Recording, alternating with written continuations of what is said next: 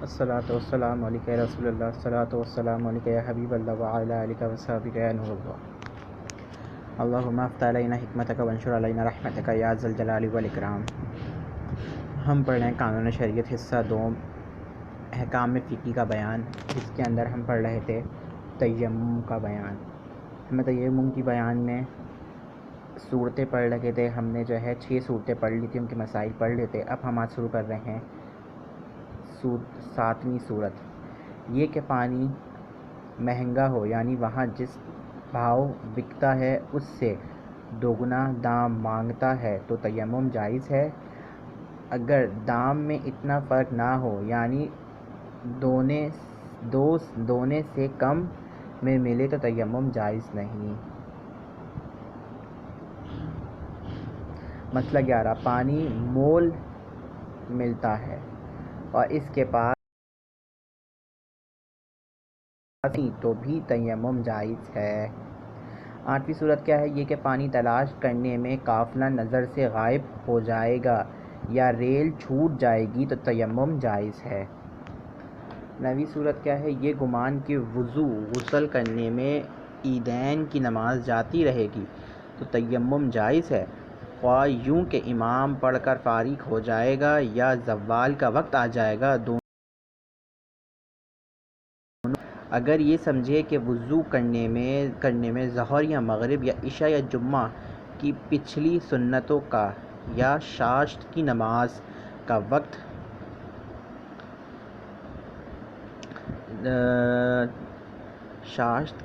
وقت جاتا رہے گا تو تیمم کر کے پڑھ لے۔ 10ویں صورت کیا ہے، یہ کہ آدمی میت کا ولی نہ ہو اور ڈر ہو کہ وضو کرنے میں نماز جنازہ نہ ملے گی تو تیمم جائز ہے۔ مسجد میں سو گیا اور نہانے کی ضرورت ہو گئی تو آنکھ کھلتے ہی جہاں تھا وہیں فوراً تیمم کر کے نکل آئے، دیر کرنا حرام ہے۔ قرآن مجید چھونے کے لیے یا سجدہ تلاوت یا سجدہ شکر کے لیے تیمم جائز نہیں، جبکہ پانی پر قدرت ہو۔ وقت اتنا تنگ ہو گیا کہ وضو یا غسل کرے تو نماز قضا ہو جائے گی تو چاہیے کہ تیمم کر کے نماز پڑھ لے اور پھر وضو یا غسل کر کے ادا کرنا لازم ہے۔ حیض یا نفاس سے پاک ہوئی اور پانی پر قادر نہیں تو تیمم کرے۔ اتنا پانی ملا جس سے وضو ہو سکتا ہے اور نہانے کی ضرورت ہے تو اس پانی سے وضو کر لینا چاہیے، غسل کے لیے تیمم کرے۔ غسل کا طریقہ، تیمم کا طریقہ، تیمم کی نیت سے بسم اللہ کسی پاک چیز پر جو زمین کی قسم سے ہے دونوں ہاتھ مار کر الٹ لے، اگر زیادہ گردلک ہو گئی تو ہاتھ جھاڑ لے اور اس سے سارے منہ کا مسح کرے، پھر دوسری مرتبہ یوں ہی ہاتھ مارے اور ناخن سے لے کر کہنیوں سمیت دونوں ہاتھوں کا مسح کرے، تیمم ہو گیا۔ تیمم میں سر اور پیر کا مسح نہیں کیا جاتا۔ تیمم کی کتنے فرائض ہیں؟ تیمم میں صرف 3 باتیں فرض ہیں، باقی سنت۔ پہلا فرض نیت، یعنی غسل یا وضو یا دونوں کی پاکی حاصل کرنے کا ارادہ۔ اگر تیمم کی نیت ہاتھ مارنے کے بعد کی تو تیمم نہ ہوگا۔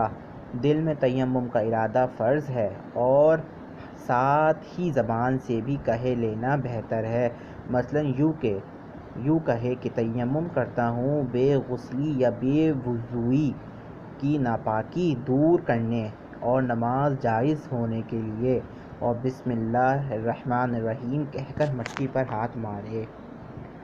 دوسرا فرض سارے بدن پر ہاتھ پھیرنا کہ بال برابر کوئی جگہ باقی نہ رہ جائے، نہیں تو تیمم نہ ہوگا۔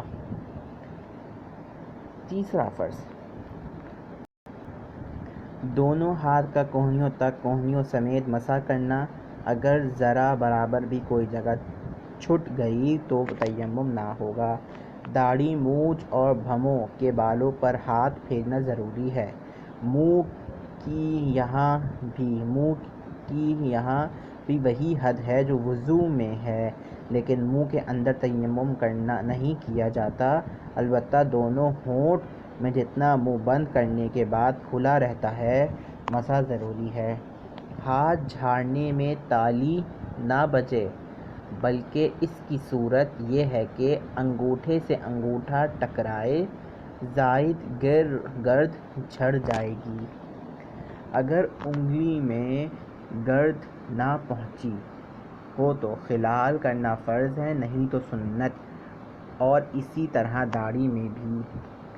اگر ایک ہی تیمم میں وضو اور غسل دونوں کی نیت کر لی جب بھی کافی ہے، دونوں ہو جائے گا۔ غسل اور وضو دونوں کا تیمم ایک ہی طرح ہوتا ہے۔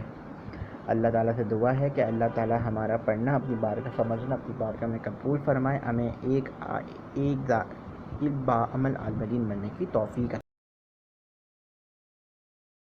عطا فرمائے۔